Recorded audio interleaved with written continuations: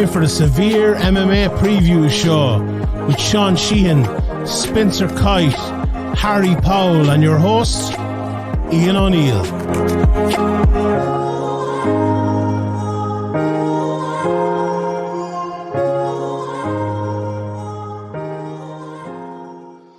Welcome back, good people. It's time for the UFC preview show here on SevereMMA.com.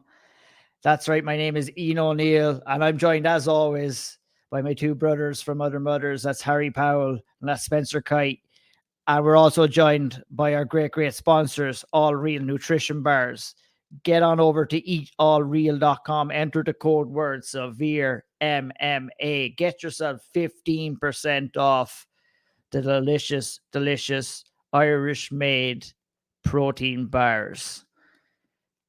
UFC Fight Night San Diego this Saturday night. Dominick Cruz versus Marlon Vera is the headliner. Cruz in his home away from home, his adopted home, whatever you want to call it, in San Diego, has the headline shot against one of the most informed fighters right now in the 135-pound division in Marlon Vera, who has been on a great run right now. And also Dominick Cruz, who's also been on a bit of a run himself, coming off the back of a 2-fight win streak, back in the top 10, back in action. Guys, I'm going to go to Harry first, and I'd like to talk a little bit about Dominick Cruz, because I feel with Cruz, I struggle to think of anyone right now at this moment as we're recording this preview that has had a bigger impact on the 135-pound division, whether it be from the UFC or the WEC days, whether it be from the UFC days. And I mean, I think, it's important to kind of, not forget what things he has done in the past, what achievements he has had in the past, and a lot of the battles that he's had to come through to get to where he is right now. Former WC champion, former 2-time UFC bantamweight champion as well, has had to come back from lots and lots and lots of injuries. And, he's up in the latter stages of his career now, still headlining events and still on the brink of being in top 5 competition at 135, the most stacked division in the UFC right now.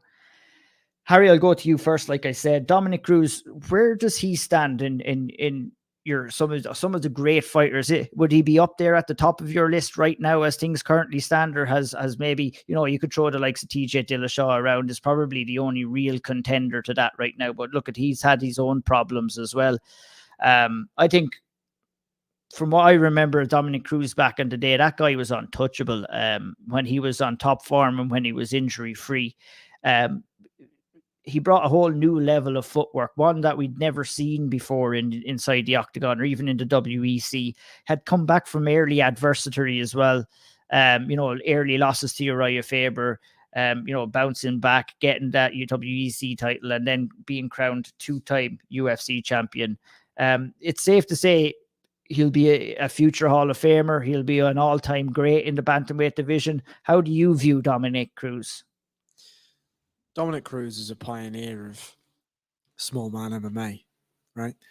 One of the questions I have for this fight coming in, and we'll obviously get into that a little bit more when we talk about the fights, is if Dominick Cruz didn't have to fight 2 or 3 weight classes above what he actually is, I wonder whether the style that he brings to MMA would have been as affluent as it was. Dom Cruz was a man that when he was fighting in WEC had unlocked one of the puzzle pieces to what modern MMA is, right? And that modern MMA is footwork based. It's hitting and not getting hit. Now, look, was it the sexiest? Was it the cleanest? Was it the most beautiful method of implementing footwork and head movement in order to hit and not get hit? No, it wasn't. There are fighters that you watch now, you go and watch Zabit Magomedsharipov and the way he glides around the octagon, or did, whatever. His application of footwork and his application of head movement was far superior, or looks far superior, looks far neater, far cleaner than a Dominick Cruz. However, if you go back and watch old school Dominick Cruz, and even to some extent Dominick Cruz now. Go and watch the Casey Kenny fight. Go and watch some of the elements of the Pedro Munoz fight. Go and watch Dom Cruz now. Yes, he's slower. Yes, he's a little more labored because of the injuries that he's suffered, but he is a man that is still chipping away at improving his own style, the efficacy of his own style. And I think that alone puts him in the pantheon, in the lexicon of 135-pound MMA, because we have to look at fighters, and I hate the whole who's the greatest bollocks, right? But one of the things that as an MMA fighter you dream of is changing the game. Lots of people will win titles in MMA. Lots and lots of people. Over the UFC's career, there's been a bag of lads and women that have won titles, and there will be a bag of people that win titles in the future. But how many of them change the game? How many of them force fighters to be different? How many people can say that an entire school, an entire era of new fighters looked up, game planned, and worked their life to fight and beat you? Not many is the answer.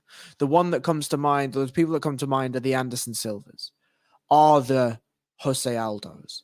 It's these guys that people have come up dreaming, thinking, playing the fight. I mean, Corey Sandhagen spoke so affluently about coming up and dreaming of fighting Dom Cruz. Cody Garbrandt coming through the alpha male system and having the rivalry that's so stoked and so steeply, so fiercely revered in MMA. This is a man that brought about that, not necessarily through his talking, but through his action in the cage. And to me, that's who Dom Cruz is, regardless of what happens on the weekend.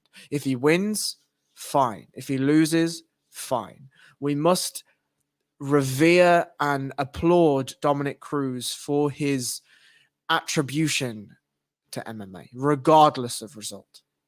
Yeah, I could not agree more. Like going back, Spencer, way back to 2007 when he was defeated by Uriah Faber early in his career. You know, the run he went on after that was sensational. Who's who of names. Getting that win back over Faber again. Joseph Benavidez is there. Ian McCall is there. Tizeka Mizutaki, who was a great fighter in his time. TJ Dillashaw, Uriah Faber again.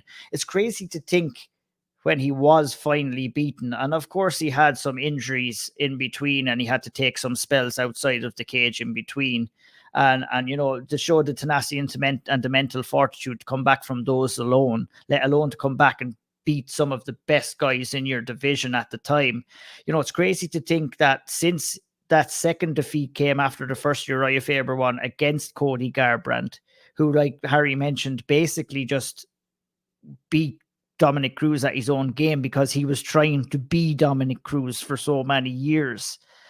It's crazy to think that we have only seen him inside the cage 3 times since that loss. I know that's a loss against to Henry Cejudo. That's a lot, and 2 wins against Casey Kenny and 1 against Pedro Munoz in his last outing. We talked about where Dominick Cruz was and who he was of a fighter. Who is he now, in your opinion? Where is he at right now, in your opinion? I think right now he's at the point where I actually want to see guys of his stature get to. I got to speak to Dom on Tuesday. We had a great conversation, about 25 minutes. Didn't talk anything about the fight, just talked about where he's at in his career and his mindset and sort of his outlook on things. And Harry mentioned win, lose, or draw this weekend. His status is secure. His legacy is secure. His position is secure. And the best thing I took away from the conversation with Dom on Tuesday was that he feels the same way. He recognizes the same thing and is just going into this to see where he fits, just to see where he's at right now, because he wants to compete and he believes he can still do more. And Chito Vera is the guy that's in front of him. So let me go and see what's up here and we'll figure it out after that. It's a thing that not a lot of people, especially the ones that are revered the way that Dominick Cruz is, that have had the success that he has, get to, because a lot of them can't get past that point of, well, I once was great and I was once on top of the hill. And he looks at it and goes, right, those are things that happen. Nothing is going to change that. I have that. I have the belts at home. We have the tapes that show that I did all of these things. But all I'm worried about is right now. Just here, just this moment. Let me enjoy this. Let me go fight Chito Vera on Sunday at an arena that's a block from the gym that I've trained at for 12 years. That's in my adopted hometown. I'm surrounded by people that love me, that I love, that are going to be here no matter what happens. Everything's great. None of this matters. Is sort of the approach that he's got right now. And it's so refreshing because I also think it's what makes him super dangerous on Saturday. He's healthy. He's in a great mind frame. We saw him against Pedro Munoz. I picked against him. I didn't expect that performance, and he just did Dominick Cruz things against Pedro Munoz. What's not to say that he can't go out and do Dominick Cruz things against Chito Vera over 25 minutes and put himself back in the top 5 at bantamweight again? That's just it for me as well. I mean, that's what has me excited about this fight. You know, I think we would be fooling ourselves at this stage to think that we're going to see the old Dominick Cruz, you know, because, you know, he will have lost a step. He won't be as quick. He won't be as agile on the feet. But, you know, he's the type of guy, and listening to his interview and reading your interview with him as well, and we talk about it time and time again on this preview show, you know, knowing who your opponent is, but also the importance of knowing who you are as a fighter as well is more important thing. And I think that he does know who he is as a fighter right now. And I think, you know, that will stand to his benefit. He's not delusional. And I hate to keep bringing up Tony Ferguson's names, but Tony Ferguson is a kind of a guy who does come across a little bit delusional or doesn't realize where he is at in his career. And with Dominick Cruz, I think that will pay to his testament in this fight against Chito Vera. And I'd just like to ask your opinion about Dominick Cruz's dance partner, and that is Chito Vera, because he is forging his own path in the 135-pound division. He is proving the doubters wrong. And I will give credit to Chito Vera. What he has done is that with his wins inside the cage and with his media work outside the cage, he's made people care about him.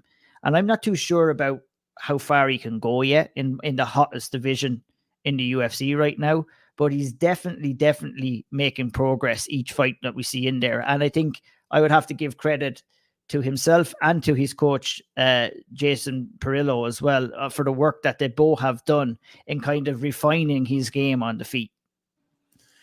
Yeah, so I put together a piece today that'll run on OSDB Sports on Friday, just sort of talking about Chito as sort of this guy that we don't quite give enough credit to for the evolution and for the number of years and the way he's worked to get to this point.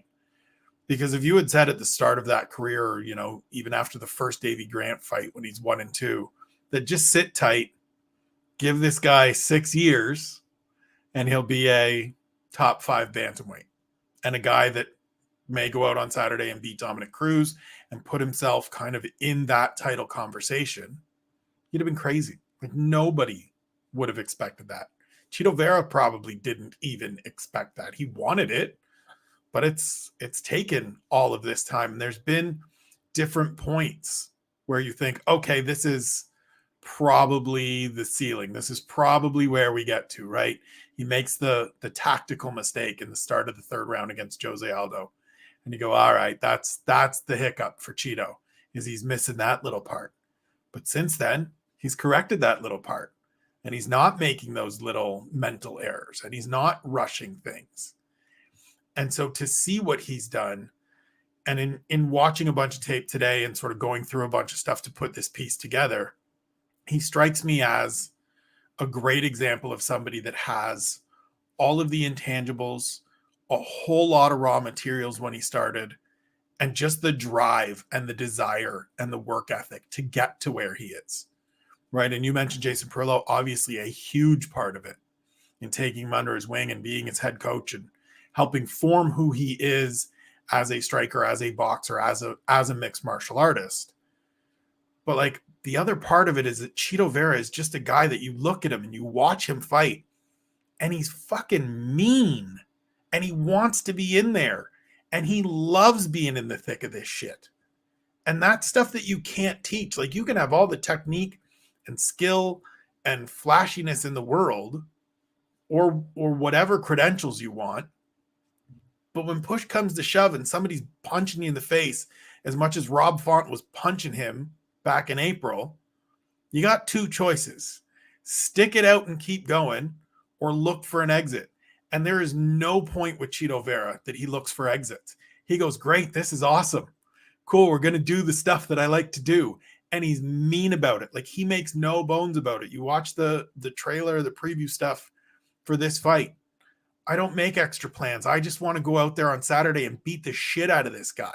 That's all he cares about. And to me, it makes him really intriguing in this division, where there's a ton of great fighters, as you mentioned, but he might just be one of them. I think a good solid win here on Saturday night, Harry, if he manages to go out and get Dominick Cruz out of there and do it in dominating fashion, even if it is towards Cruz's twilight of his career, that would be a statement win, and that would kind of back up what Spencer is saying right now. How, maybe to kind of piggyback off what Spencer was saying there, what kind of adjustments have you seen in Chito Vera's game since he has begun to, he's been with Perillo for some time, but it's something that you see improvements each fight, and like when we're watching fighters, that's what we're looking for. Have they improved? Have they jumped to the next level? And Chito Vera is one of those guys that you would have to say he's pulled off some impressive wins by knockout. He's got some wins over decent opponents, and it's all set up for him to go in there and do the job on Saturday night as well. So maybe I'll be slightly controversial. I will give Chito Vera his flowers. I think what he's done that's brilliant is I think he's realized the ceiling of his own technical capability. And I think what's happened is he's gone and he's had a sit down with Jason Perillo, very similar to what Justin Gaethje and Trevor Whitman had a sit down and said. Instead of saying, do you want to have a bag of fun? And do you want to go out there and throw mad shit and be a crazy cunt? Or do you actually want to go and try and win a title? Right? And I think Vera's had a long, hard conversation with himself and has said, actually, as much as I enjoy this stuff, as much as I enjoy the face punching and the kicking and the elbows and the things, I think to himself, he must feel like he owes himself and his training partners and his coaches and his family a crack. Just a crack at the title. Let's give it a go. Let's see what we got, right? And what we then see is we just see a smarter, a more patient, and a more effective Chito Vera, right? We see a guy who's willing to invest in a game plan, stick to a game plan, and really embrace the strengths of his own game. He's quite, a rudimentary footwork guy. He is more than happy to let you land a shot so he can land a shot. He is more than happy to allow the fight to go to the ground, which I think is a problem against Dom Cruz. But he believes in his power. He believes in his striking. And I think that something that's really interesting is he's a fighter that actually understands the rule set, right? And I don't mean that to be explosive or whatever, but in the Rob Font fight, it was very clear to me that he was like, yeah, he's landing 15 times more shots than I am, but look what happens when I hit him. His head snaps back, his face is bleeding, he's pushed back, he's reeling, he's doing all the things. He jabs me 100 times and I'm the one coming forward. The efficacy of his striking is far diminished to the efficacy of mine. And where this is very interesting to me, and the reason why I'm interested in this fight, is it feels like the UFC has done a very clever bit of matchmaking here. The question is Dom still at a level where his footwork can counteract the slow, single shot combos, big power shots that Chito Vera is going to look for? Because if he's not, Chito Vera is going to be able to land on Dom Cruz 4, 5, 7, 15 times around, and it's going to be effective striking. We've seen that Dom doesn't throw with huge amounts of power throughout his entire career. He's an accumulation guy. He's a guy that's going to wear you down, break you down, and then finish you. Chito Vera in the Rob Font fight and the Frankie Edgar fight was somebody that's the complete opposite. So I feel like the matchmaking is a win-win for the UFC. If Dom goes out and dances around Chito Vera, lands a ton of shots, takes him down, nullifies him on the ground, does the things, they're like, Dom Cruz is back. He's 37. He's got no fascia plantitis or whatever the fuck it's called. I think it's the other way around. He's right here. The guy's back. Let's chuck him in against fucking TJ Dillashaw, or let's chuck him in against the Corey Sandhagen or the next guy or this guy. If Chito Vera goes out and front kicks the face off Dom Cruz for 5 rounds, they're like, Chito Vera just beat WC. Cruz is finished. It's a no-win situation in some ways for Chito here, isn't it? Right. So if you're looking at just if I can piggyback off what you were saying there, and I'm glad you mentioned, the strategy that Cruz should implement here. And if you're going back to look at a blueprint on how to beat Chito Vera, you don't have to go back too far. You just go back to Mr. Jose Aldo and what he did, where he just played around enough on the feet, but then went and secured takedowns. Where I think a big problem in Chito Vera's kind of style and his way of fighting is that he will accept that takedown and not look to try get back to his feet. Can't do that. You just simply can't do that. And you're not going to get away with that against somebody like Dominick Cruz. You're right. And one of the things that I think is going to be a very interesting question here, and one of the analytical questions I have, is the front kick was golden money, interest-free money for Chito Vera in the Rob Font fight. How many teeps does it take before Dom Cruz grabs one and runs him to the ground? My guess is 3, right? I reckon he might throw one to the thigh and Dom Cruz will be like, okay, I've seen it. The next one might go to the liver and he's like, okay, the next one. He throws the next one, and if it's not to the head, Dom Cruz probably catches it and runs him to the ground. And like you've said, Vera is a guy that accepts bottom, accepts playing close guard, accepts doing the elbows and the triangles and the arm bars and the things. I don't think that that's an effective strategy against Dom Cruz, because I don't think that Dom Cruz is going to be happy to even land in close guard. I think Dom Cruz's wrestling style, his grappling style, is far more scramble-centric. It's far more, I want to ride your hips and ride your knees, and I want to land in good positions. We saw some of the interesting stuff that he was doing against Pedro Munoz, although he was doing it when he was hurt. That's fine. But he has a much more fluid wrestling style, whereas Chito is a guy that's going to lock you down in close guard and land those elbows. I think that's a vast deficiency in his game, to be honest. Modern MMA, bottom close guard landing elbows is dying, and it's dying very, very, very quickly. If I'm Chito Vera and if I'm Jason Perillo, the big thing I'm doing here is I'll throw my teeps, right? I have to be confident in my own style. I have to be. I'm going to vary where they go. I'm going to make sure I'm not selling them. I'm going to make sure I hide them behind something. But if I get taken down, and probably when I get taken down, because if you hurt Dom Cruz, he's probably going to wrestle, right? So if and when I get taken down, I'm not accepting anything. I'm scrambling back to my feet as quickly as possible. Chito Vera is going to be the bigger guy, probably the more physical. He's younger by 8 years. So let's use these things, lads. Let's use them. Does he do that? That's my big analytical question for this fight. 100%. And it's a great question at that as well. Spencer, when you're looking at this as a main event over 5 rounds, who do you feel benefits more from the championship rounds, if it even goes that far? To me, that's a really interesting question that I want to see answered on Saturday, because obviously Dominick Cruz has all of the experience, right? If you line up main events versus each other, it's a landslide. But that younger piece that Harry mentioned is important. And Chito got one under his belt last time out. And as much as Dom is saying all of the good things, all of the right things, we're seeing the videos of him doing what he calls prehab and all of his PT and all of those things. He's still 37, man. And it's still been a lot of 5-round main events. And he got clipped a couple times in the last fight. And he got put out by Henry Cejudo a few fights ago. And Cody Garbrandt fight happened. And yep, it was 6 years ago, but those things add up. And so just on paper, from the experience point, it's Cruz. But I honestly think that it kind of favors Chito Vera a little bit, because he's a guy that really grows into these fights and he really comes.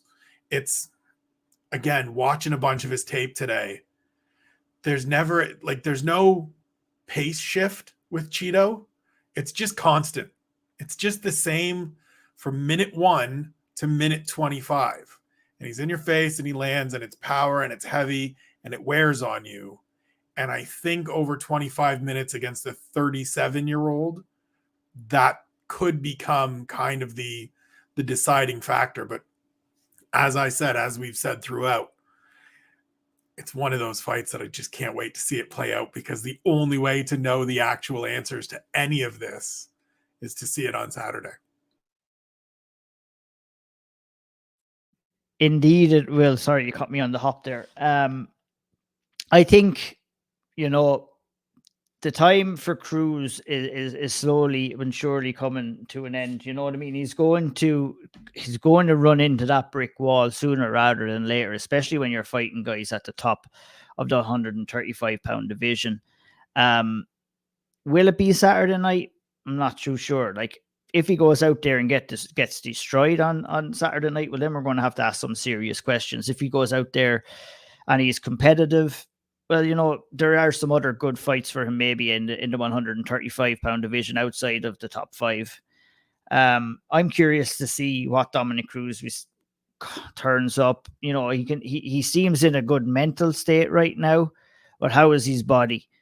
How has his body held up over all those injuries, over the plantar fasciitis, over all the knee injuries that he's had?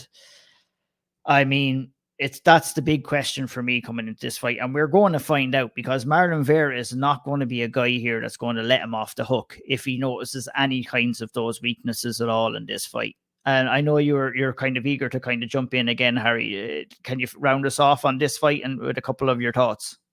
Yeah, sure. So to me, the big thing here is who starts on the front foot.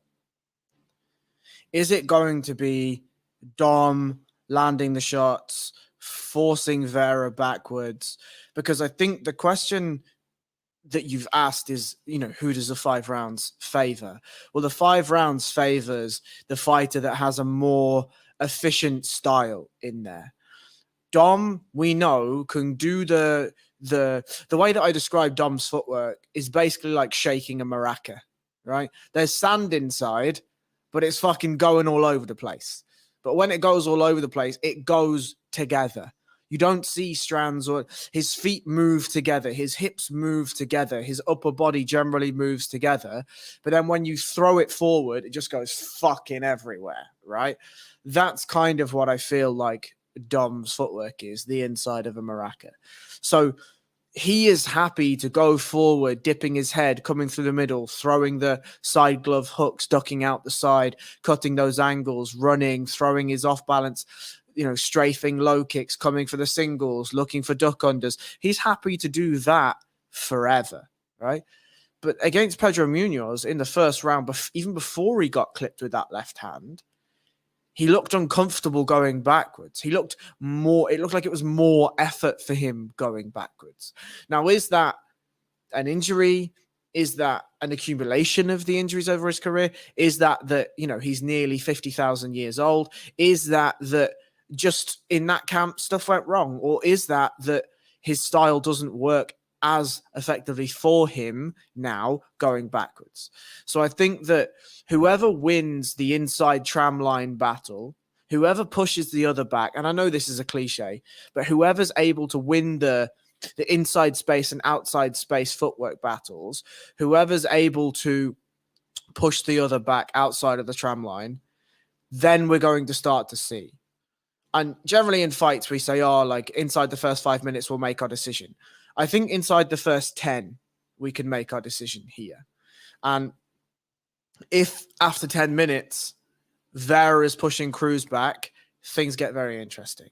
If it's the other way, I feel like, and we're not seeing Vera do any of the get-ups, I feel like this is a very, very tough fight for Chito Vera. A very, very tough fight. Indeed. Yeah, I believe my camera is a little bit messed up, so I'm going to try to scoot out and scoot back in real quickly. So bear with me for 1 sec.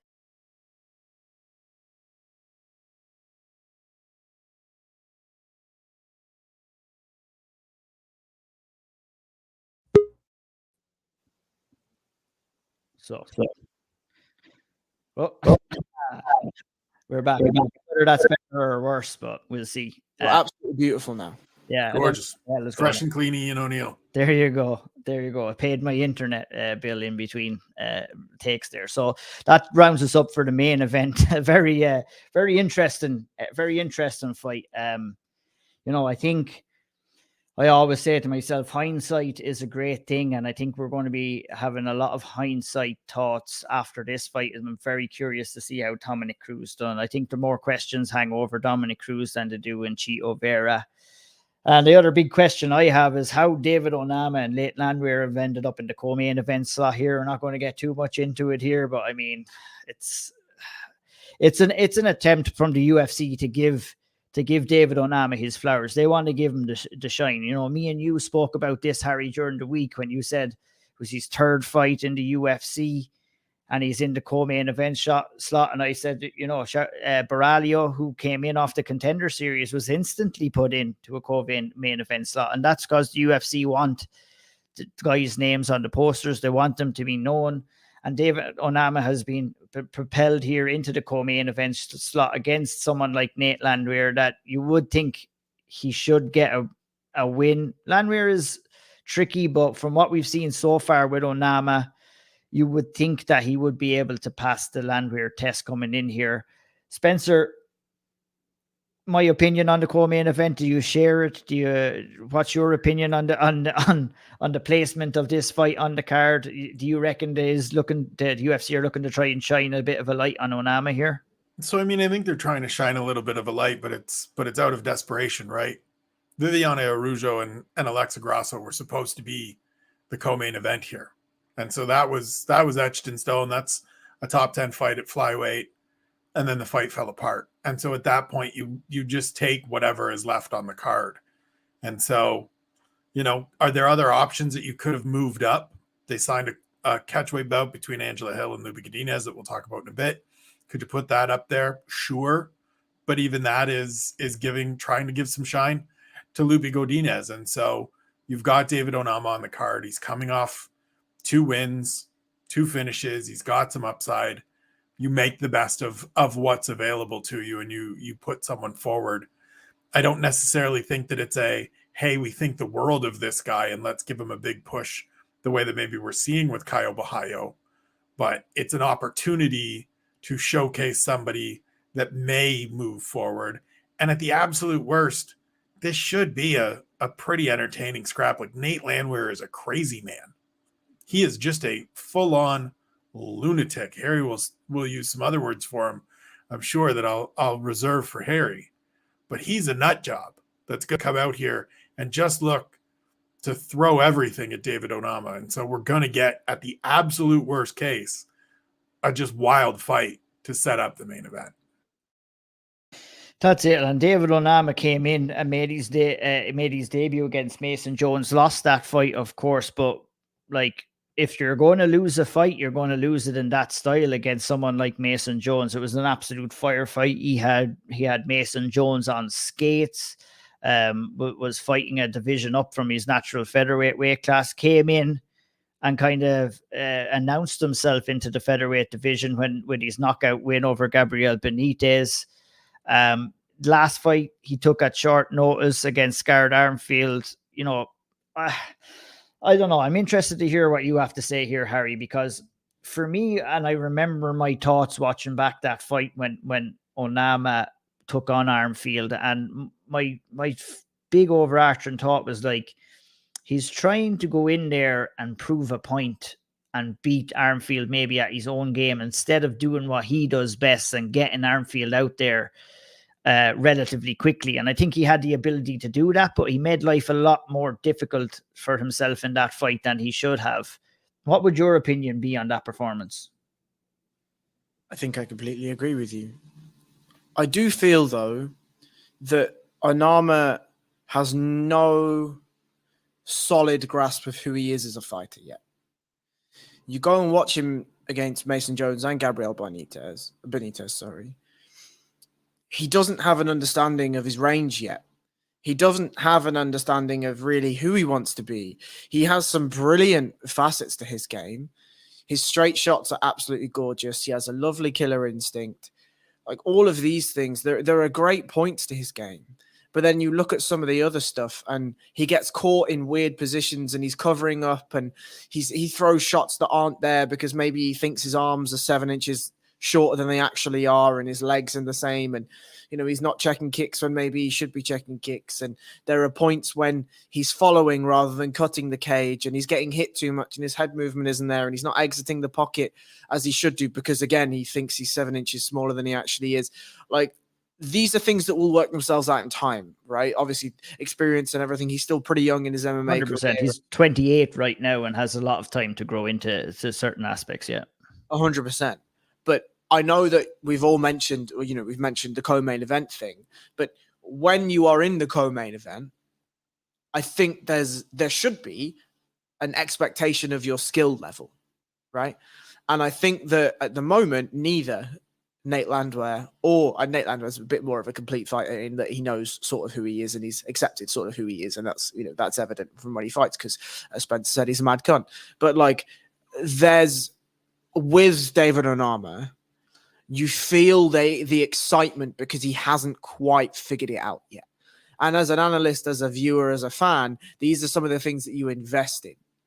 The Garrett Armfield thing, it feels to me as that was him going out and being like, can I do this thing that I think I can do? And it turns out he kind of can, right? He kind of can. Now, can he do that against Nate Landwehr? Who knows? I find that Nate Landwehr, if I can just jump into a bit of the analysis of that fight, I find as though Nate Landwehr will offer some really interesting things. He's a very physical man, a very strong man, has a good clinch, has some really interesting knee options and elbow options and strikes off the clinch. David Onama finds himself being crowded quite often, shells up a lot. Nate Landwehr is going to find his way into underhooks there. He can push him against the fence. He can big brother him a little bit, force him to do a bit of the takedown stuff.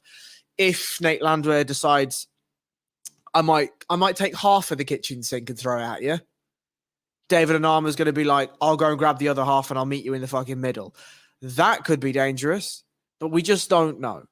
If I'm David Onama, I'm looking to say, okay, Landwehr throws big shots, he throws heavy shots, but he doesn't throw with crazy amounts of volume. We saw in the Ludwig Klein fight, a lot of it was 1-2 shot combos from the outside, looking to hurt him, whatever. I'm going to use this as a way to be like, okay, today I'm going to figure out my range. Today I'm going to find out how long I am. I'm going to be all the way on the outside, and I'm going to land my beautiful straight shots. If he comes in and we want to do a bit of the grappling, we can do a bit of the grappling. But I'm going to try to not get found out in dead man's land. I'm going to try not to have angles created on me. I'm going to try to find my way out of the pocket safely. I'm going to try and do a bit of the smart technical fighting. I say all this to say these lads are probably going to go and just have a mad old fucking scrap. And we're going to have a great time watching it. And I'm going to have remissed all of the tape that I watched.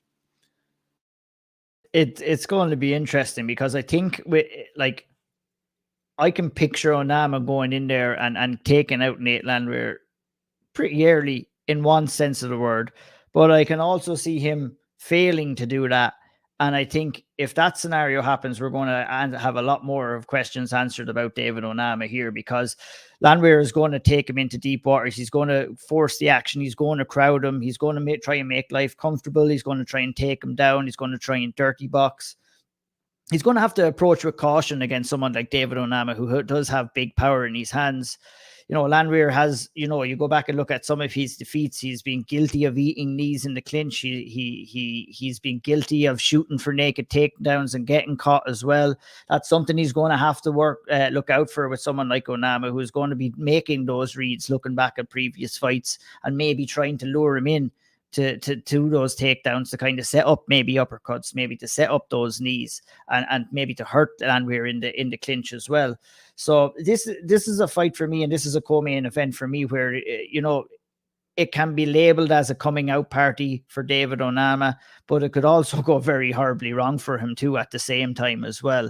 And we're really not going to know what answers to the questions until the fight is really taking place. This could be a fight, Spencer, really, that you might get a good grasp of what way it's going to go after maybe halfway through round one. Would you agree? Yeah, I think so. I think it's sort of all predicated on what Harry said, right? Do they come out into the center and say, great, we've each brought our halves, let's put them together and have us a absolute madhouse of a fight? Or does Onama say, okay, it's time for me to figure some stuff out? Does James Krause get in his ear over these last bunch of weeks and say, look, we need to figure some stuff out. We need to get you doing X, Y, and Z. Let's work on those things. And Saturday we'll find out pretty quickly, because Nate Landwehr is going to walk out into the center and be like, do you want to do this? And it's going to be incumbent on David Onama to decide what he wants to do.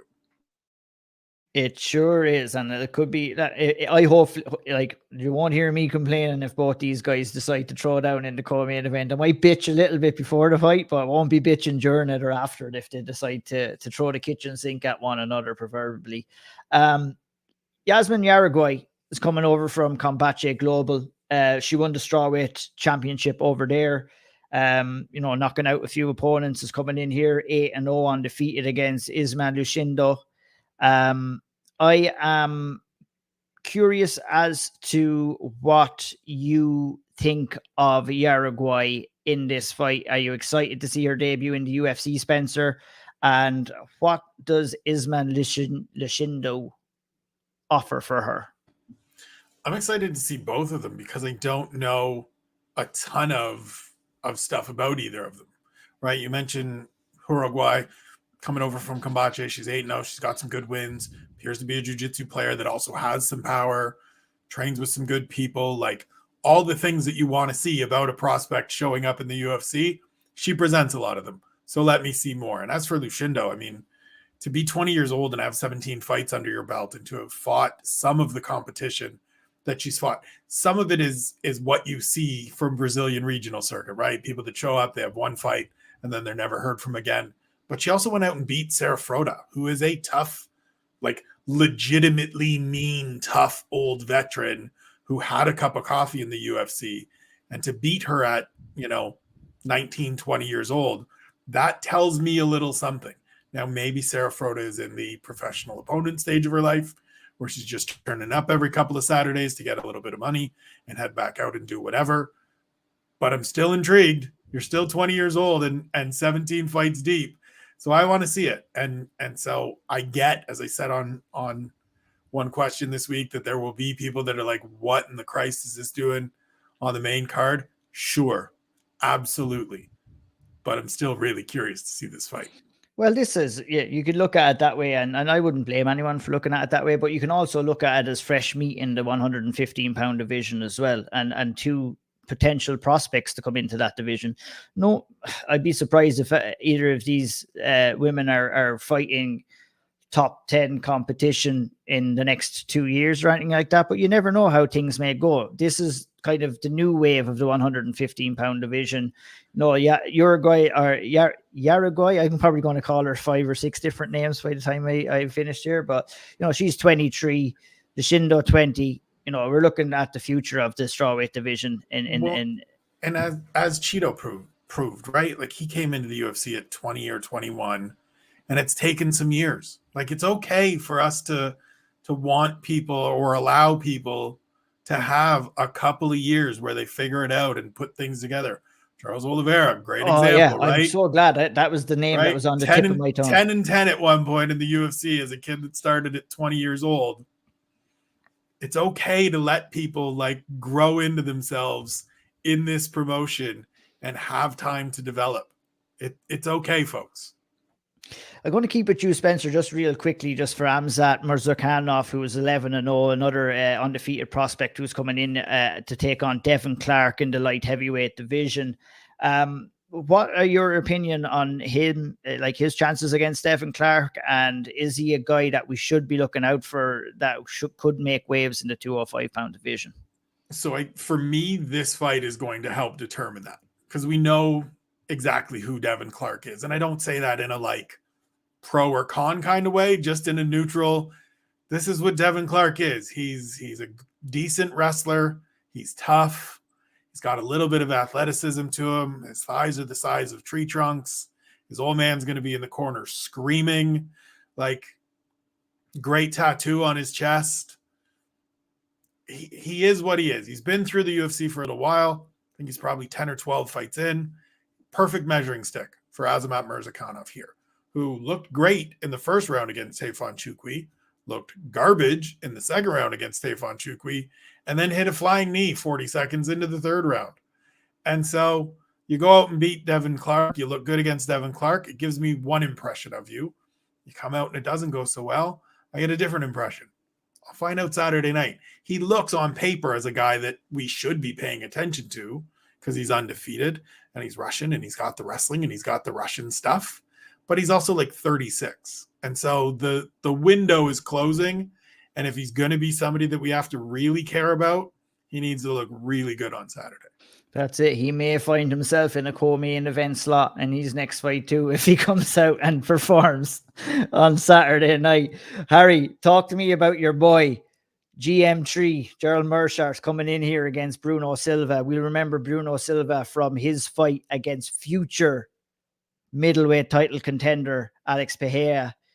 Bruno Silva brought him all the way, and that's looks pretty damn good now, considering what we've seen in the Strickland fight and in everything else. You know, he had to know how to not fuck around with Pereira's stand-up game. He's going to have to not fuck around with Gerald Meerschaert's ground game here in this fight. Well, it's two black belts, one of which is, turns slower than milk does, and the other one is Bruno Silva. So, what we're likely to see here, right, is we're likely to see Bruno Silva, who has a little bit more on the feet, did stand with Alex Pereira for a significant amount of time, obviously did a lot of the grappling things and wanted to try and get to his hips and do the stuff, but we saw him have to engage in some of the striking, right? And he didn't look horrendous. Certainly didn't eat one of those left bombs that sent Strickland to the Shadow Realm. Certainly didn't eat one of the left bombs that sent Israel Adesanya to the Shadow Realm all that time ago. So Bruno Silva looks like he can take a shot, and he's going to be in your face for the entire 15 minutes. Meerschaert is now a guy who has a bit of a questionable chin, but if he gets you to the ground and if he gets you to where he wants to be, he's going to destroy you, right? The question for me in this fight is, does Bruno Silva just go in there and run him over, right? Is he just going to be too athletic? Is he going to be too powerful? Is he going to be too physical? Is he going to be too strong? Is he going to find a way to Meerschaert's chin before Meerschaert manages to grab a hold of him and do the clinch takedown and do the things and submit him? I don't know. But we also know that Bruno Silva has a black belt, so obviously knows what he's doing on the ground. To me, this isn't a vastly intriguing fight because generally, as I said at the very start of this, what we generally get from two grapplers is a kickboxing match. I don't think Gerald Meerschaert is a fantastic kickboxer. I think Bruno Silva has more in the tank. Therefore, we're probably going to see Meerschaert get run over here. However, he has an air. He's bred from the same tree as Paul Craig in that if he gets you to where he wants you on the ground, you're probably fucked. Indeed. Heading up the prelims is Arilani Lipski versus Priscilla Cachoeira. Go back and check out our preview show if you have not done so last week. We covered that in good detail last week. There's no point in going through it again. It's going to be an interesting fight. Another interesting fight that I'm curious to talk about, though, is Angie Hill versus Lupitina Godinez. I think, Godinez looked fantastic in her last fight. She'll come in here in a really solid test against Angela Hill. Hill is a decision-making machine. She'll fight to decisions all the time. She'll win some, she'll lose some, she'll bitch about some. And it'll be interesting to see how she does against Lupitina Godinez. Is that something that, is that a fight that kind of excites you a little bit, Spencer? Are you interested to see? I think it's more so for me, a kind of where Lupitina Godinez is at and what she's capable of, and if she can make waves. You know, this is a catchweight 120 fight. She will move down to 115 after this fight, but because it was that short notice, they decided to do it at 120 here.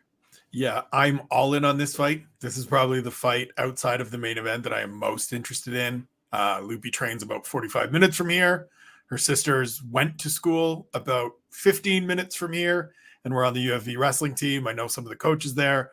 Arjun Buller coached there for a little bit. So like this is all in my actual area. And then Lupi's also a hell of a prospect. And so that fight with, like, I was in from the jump with her in the UFC. Obviously, you beat Vanessa Demopoulos to get the LFA title. That tells me the quality you are coming up. I thought she won the fight with Jessica Panay. I love the brassiness to go up and fight the one of Carolina on 7 days notice up a division and hold your own. Fine, lost, hold your own. And then the fight earlier this year against Ariane Carnelossi was just the like, okay, this is something different than we saw last year in the rookie year. She went out and big brothered somebody that had been big brothering people. She bullied somebody who fancies themselves a bully. And she was just like, nah, lady, I'm in charge here. This is mine. And I'm going to put you on the canvas and beat the ever-loving hell out of you. Now she gets Angie Hill, who, as you said, decision machine, happy with some of them, very unhappy with others. Really interesting. She has reasonable takedown defense, tons of experience, decent kickboxing game. This is all about, is Lupi ready to be a top 15 fighter in this division? I think she is. I think she goes out on Saturday and has a great performance. And we see some of that development. And we see some of that. She's about to be a problem. But we also could see her take a little bit of a stumble. Cash in check of the week, bet of the week. Angie Hill, Lupitina Godinez to go all 3 rounds. That's it. I'm saying I don't even know what price it is. Just put the house on it, guys. It's going to happen. Hit me up when I win you some money. Harry, Nina Nunes versus Cynthia Calvillo is, in my eyes, whether it happens or not, it's in my eyes a loser leaves town kind of a job. Both of these are in desperate need of a win. Kind of hard to see where they stand in the 125-pound division right now. You know, Calvillo, it hasn't worked out for her as well as she would have hoped. She hasn't looked herself in recent fights. Obviously, Nina Nunes coming back after. I don't know. I don't know about this fight.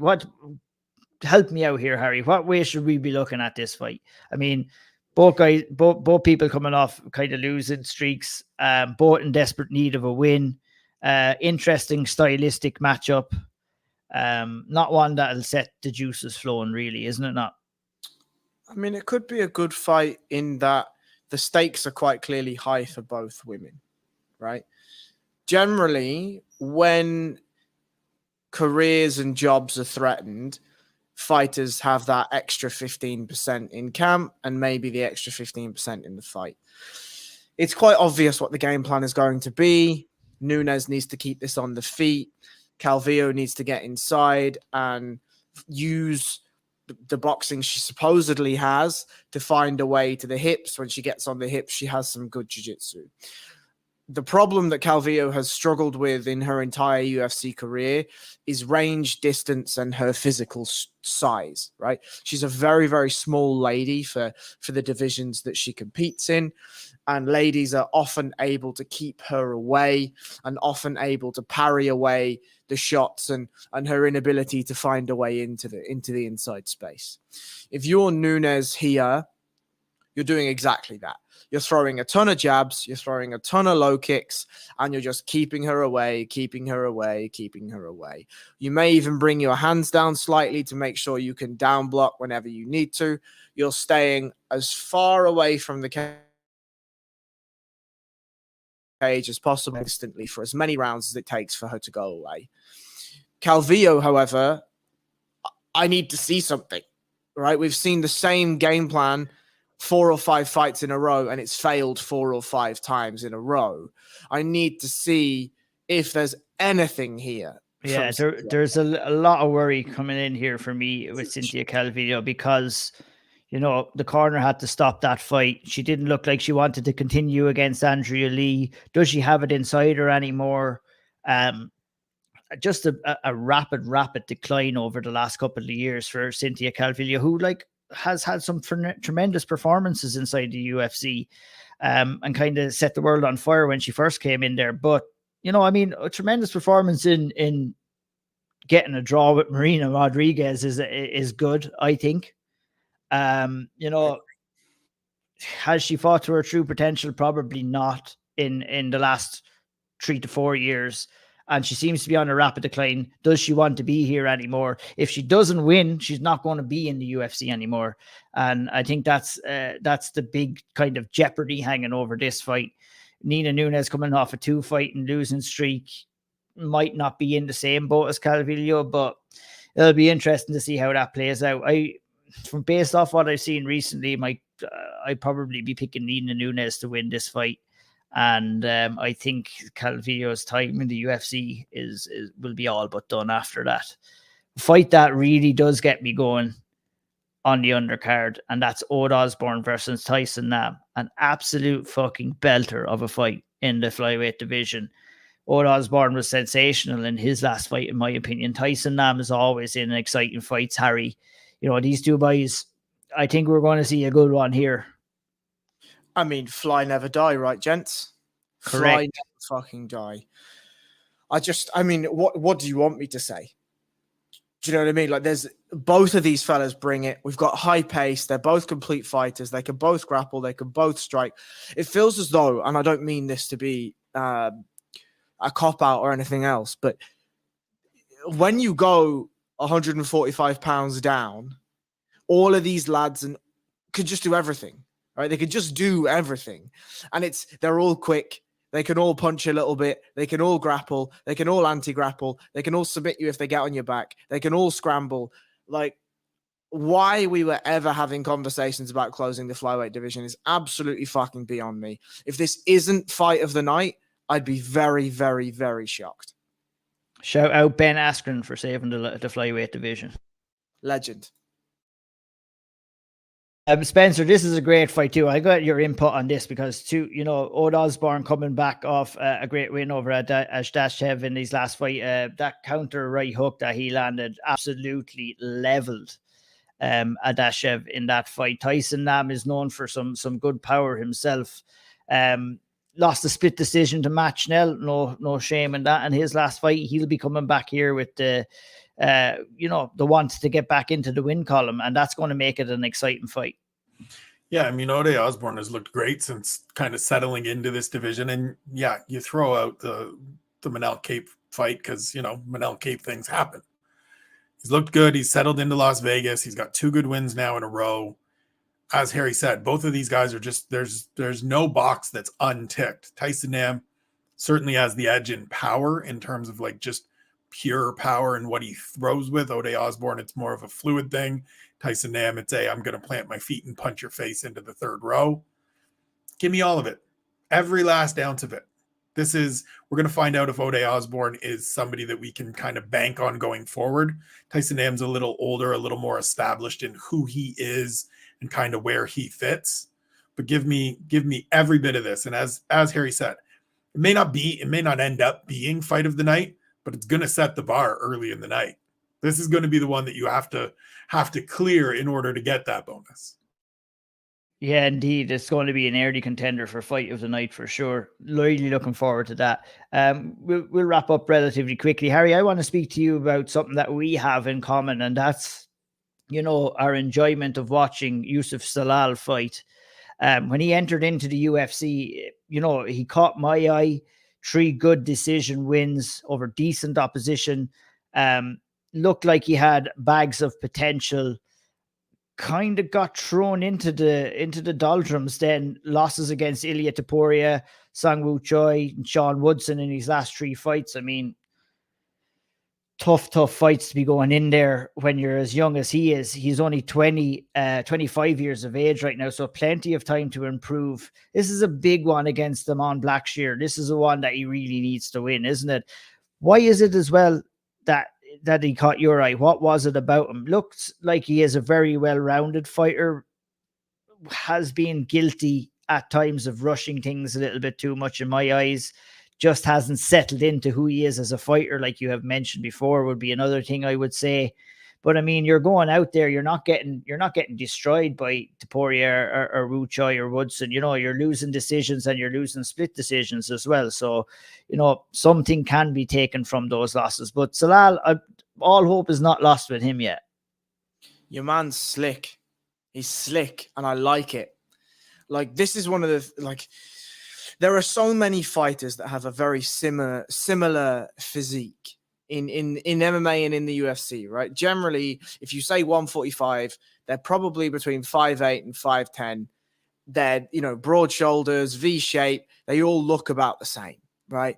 So then they look the same when they're fighting. Not, they don't look the same when they're fighting, but the capability of their physique, if you just look at them as a shadow moving, they're similar sorts of frames. Their body mechanics move in similar ways. Yusuf Zalal is an absolute fucking giant of a man.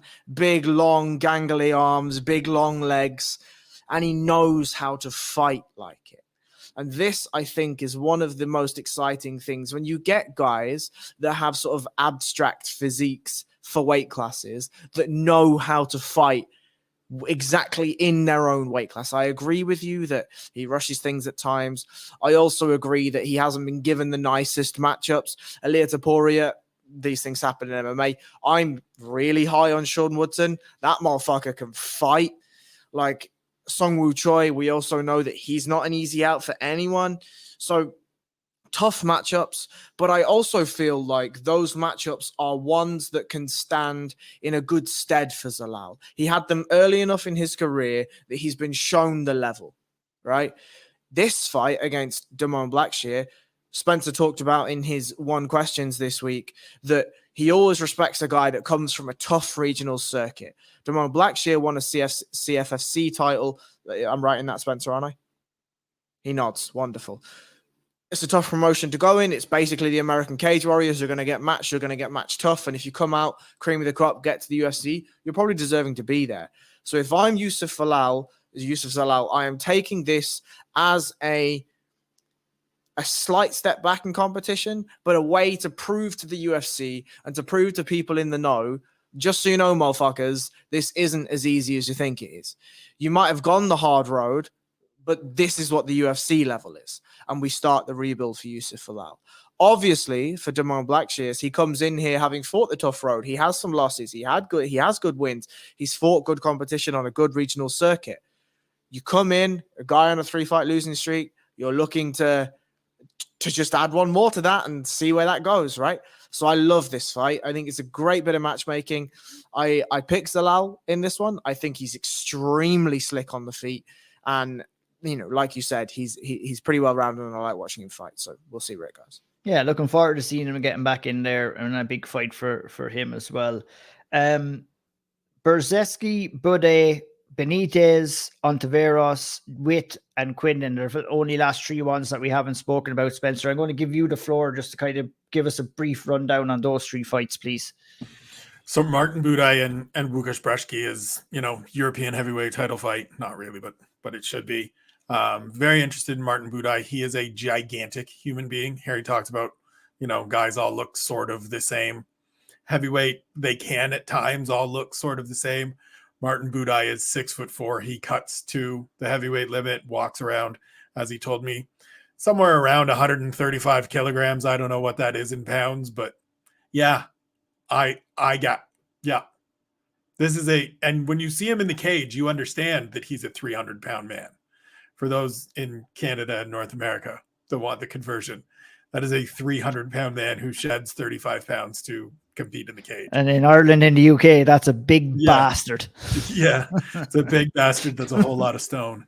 I mean, he's just a giant human being, and you see it when he's in there. And I like the way that he uses his physicality. We saw that in the Chris Barnett fight, right? He just looks at Chris Barnett and goes, well, I've got 6 inches on you. We're going against the fence. I'm going to make you carry my weight, smash you with elbows and punches. I caught that, Harry. And so Łukasz Brzeski is the same size, like height-wise, reach-wise. They're going to look like different human beings, and I want to see which one of them goes forward. Gabriel Benitez moving up to lightweight after years of fighting at featherweight, Just it's the right move at this time of his career. Last time he was at lightweight, he kneed Justin James in the guts and just crumpled him. And so I'm always interested to see if he can do it again, because he's just a tough dude that's going to go out there and fight you. And Charlie Ontiveros is somebody that I think he can go out there and knee in the guts and get out of there relatively quickly. And then Jason Witten and Josh Quinlan were supposed to fight last week. Josh Quinlan popped hot for like picograms of something that stuck around. Any thoughts on that? They got that cleared up. It was Did they? I mean, Jeff Nowitzki came out, so it was pulled, I think, the day of the fight. And so Josh Quinlan tested positive after his Contender Series win for a banned steroid. I can't remember which one it was. Gets his suspension, is in the USADA program, has a multitude of tests. None of them show anything. Day before the fight, he gets this small picogram of whatever the metabolite is. I can't remember. It's one that they've had issues with. And Jeff Nowitzki came out yesterday and was like, look, we've done all the testing. This is this thing that occasionally pops up for people that have already tested positive. We'll get it cleared up. Apparently they've gotten it cleared up. He's gotten the okay to compete. And he's just back to where he was last week of, you got to prove that you weren't a guy that got to 5-0 because you weren't taking a whole bunch of shit. Like, I fear that's just going to hang over his head one way or another. 100%. You know, and I think they cleared it up by just moving it out of Nevada and moving it into, like it should. Yeah. This is what should, like it. This is the scarlet letter that all of these people that cheat and get caught should bear. Like, you should have to answer this question every single time. It goes for if it goes for TJ Dillashaw and John Jones and all of these other people, it has to go for everybody. And it's going to take several years and several good performances for you to convince people that you didn't get here by cheating. Jason Witt is a perfect first test. If you are as good as you need to be to compete at this level, you should be able to go out and beat Jason Witt. If you can't, guess what people are going to say, Josh Quinlan? That's the price you pay for cheating. That is the price you pay for cheating. That will also round us up for the roundup of the preview this week. UFC Fight Night San Diego. This Saturday night, Dominick Cruz, Marlon Vera, an exciting main event, a decent cards with some good fights spread throughout. I am looking forward to watching that. I'm looking forward to hearing all the reactions from Spencer on the keyboard Kimura and Harry and keyboard Kimura. I'm looking forward to seeing who Harry's severe spotlight is going to be on. I've come this Saturday night, and looking forward to kind of sitting down. Myself and Harry will have a little bit of a roundup on this night's action over for Severe MMA. Spencer and Sean, you can catch them doing the State of the UFC address this Sunday on the big podcast as well. Head on over to eatallreal.com, enter the code word Severe MMA. 15% off. One of the realest, nicest protein bars on the market. Go over there, get you some. Dominick Cruz, Marlon Vera, San Diego. Everybody stay classy and watch these fights. Take care. Happy birthday, Harry Powell. Yeah, exactly. Take care. We'll catch you the next time. I think we have a week off next week. Do we, guys? Is it? Next week is the pay-per-view. Is it? Yes. And then it's a week off. Right. Interesting. I thought next week was the week off, but there you go. Nice. We'll be back for that. Plenty of talking points there.